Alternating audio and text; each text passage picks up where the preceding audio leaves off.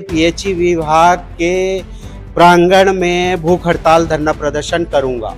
कागजों में ये सब चीज कर दिया गया है, तो अब जो भ्रष्ट अधिकारी और भ्रष्ट ठेकेदार हैं वो सावधान हो जाए, क्योंकि कई ऐसे गांव हैं जहां पे मात्र टंकी का निर्माण करके छोड़ दिया गया है और आधे से ज्यादा ऐसे गांव हैं जहां पे नलों में पानी तक नहीं पहुंच पा। विभाग की उदासीनता, विभाग के द्वारा खेला गया कमीशन खोरी का खेल का जो है जनप्रतिनिधियों की आंख होती है। और किसी गांव में इस तरह का कोई समस्या है तो आप मेरे व्यक्तिगत व्हाट्सएप नंबर पे भी आप मुझे भेज सकते हैं। और किसी भी प्रकार की कोई समस्या हो, नल जल से जुड़ा कोई भी मुद्दा हो, कोई सुझाव हो, मुझे आप भेज। नमस्कार, आप देख रहे हैं सीजी पब्लिक टीवी। आज हमारे साथ हैं जनपद सदस्य देवेंद्र ठाकुर, जो वर्तमान में जन समस्या को लेकर काफ़ी सक्रिय हैं और आज जानेंगे कि वो कौन से मुद्दे को उठा रहे हैं और इन मुद्दों को समाधान के लिए आगामी उनकी क्या योजनाएं हैं, इन तमाम सवालों पर बात करेंगे। सबसे पहले आपका सीजी पब्लिक टीवी में बहुत बहुत स्वागत है। जी आदरणीय बेहरा जी, बहुत बहुत धन्यवाद। नमस्कार, सीजी पब्लिक टीवी के समस्त दर्शकों को मेरा प्रणाम। आप किन जन समस्याओं को आज उठा रहे हैं और ये समस्या कब से बनी हुई है? आज बहुत ही महत्वपूर्ण दो जन समस्या जो है, एक तो मेरे क्षेत्र से जुड़ा हुआ है, साथ ही साथ पूरे विकास खंड से जुड़ा हुआ है, और दूसरा जो मामला है वो भी जनपद पंचायत देवभोग से जुड़ा हुआ। पहला मुद्दा आपको बताना चाहूँगा, अभी भीषण गर्मी का समय है। नल जल योजना का पूरे देवभोग विकास खंड में इतना खस्ता हाल है, इतना बुरा हाल है कि उसके बारे में उल्लेखनीय करते हुए भी हमको बड़ा दुख होता है, क्योंकि ये आदरणीय पीएम साहब जो हमारे प्रधानमंत्री नरेंद्र मोदी जी हैं, उनका यह ड्रीम प्रोजेक्ट था कि गांव-गांव तक स्वच्छ पानी जो है घरों तक उपलब्ध हो। ये इसमें राज्य शासन और केंद्र शासन ने बहुत सारा पैसा लगाया। इसके पीछे का जो उद्देश्य है, जो लोगों तक साफ और स्वच्छ पानी पहुंचे, पेयजल पहुंचे, ये पूरा नहीं हो रहा है। देवभोग विकास खंड के प्रत्येक गांव में, अगर कुछ गांव की बात छोड़ दे तो ज़्यादातर गांव में यह नल जल योजना पूरी तरह से ठप पड़ा हुआ है। कई ऐसे गांव हैं जहां पे पाइपलाइन बिछा के छोड़ दिया गया है, कई ऐसे गांव हैं जहां पे मात्र टंकी का निर्माण करके छोड़ दिया गया है, और आधे से ज़्यादा ऐसे गांव हैं जहां पे नलों में पानी तक नहीं पहुंच पा रहा है। इसके पीछे का सबसे बड़ा कारण है विभाग की उदासीनता, विभाग के द्वारा खेला गया कमीशन खोरी का खेल। क्योंकि ठेकेदारों को एबब में काम दिया गया, ठेकेदारों ने काम किया और अधूरा छोड़ के भाग गए क्योंकि उनको मुनाफा हुआ। आज जो है स्थल पे काम अधूरा पड़ा है। मैं मेरे क्षेत्र क्रमांक 4 की बात करता हूँ। मेरा जो गांव है घुमरगुड़ा, बरकानी, शर्गीगुड़ा, गंगराजपुर में टंकी निर्माण नहीं हुआ है।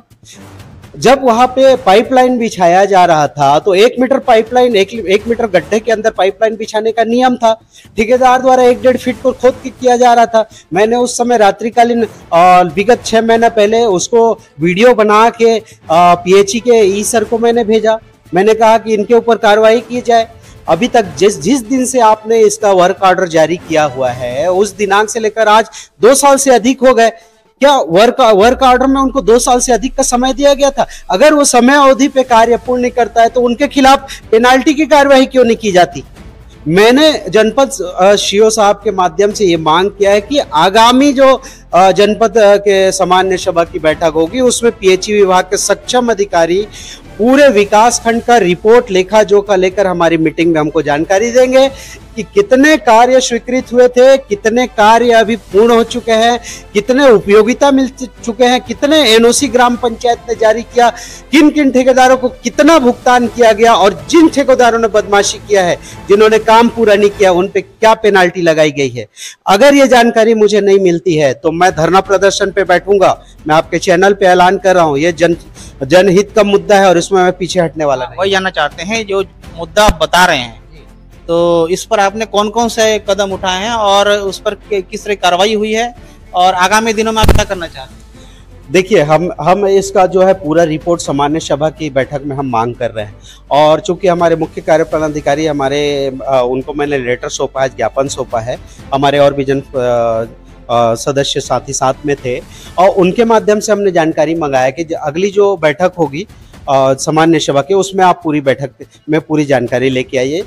किस गांव में कौन सा कार्य स्वीकृत था, क्या एस्टीमेट था, और मैं कह रहा हूं कि अगर मुझे वो जानकारी मिलती तो उस पूरे काम का मैं स्वयं और मेरे जनपद साथी हम लोग जो है सत्यापन करेंगे, भौतिक सत्यापन करेंगे, देखेंगे ठेकेदारों को भुगतान किया गया है तो कार्य की स्थिति क्या है, क्या कागजों में ये सब चीज कर दिया गया है। तो अब जो भ्रष्ट अधिकारी और भ्रष्ट ठेकेदार हैं वो सावधान हो जाए, क्योंकि अब फील्ड पे उतर कर हम लोग काम करेंगे। ये जनहित का मुद्दा है, ये भारतीय जनता पार्टी का ड्रीम प्रोजेक्ट है, ये माननीय प्रधानमंत्री जी का ड्रीम प्रोजेक्ट है, ये माननीय मुख्यमंत्री जी का ड्रीम प्रोजेक्ट है कि हर व्यक्ति के घर में स्वच्छ जल मिले। और इस पे अगर काम नहीं हो पाया है और इसमें अगर कोई भ्रष्टाचार हुआ है, इसमें कोई गलत काम हुआ है, तो उन अधिकारियों पे भी हम कार्रवाई के लिए यहाँ से राजधानी तक भी हम कार्रवाई की मांग करेंगे। अगर इस समस्या पर शीघ्र समाधान नहीं होता है तो देवेंद्र ठाकुर आगे क्या कदम उठा लेंगे?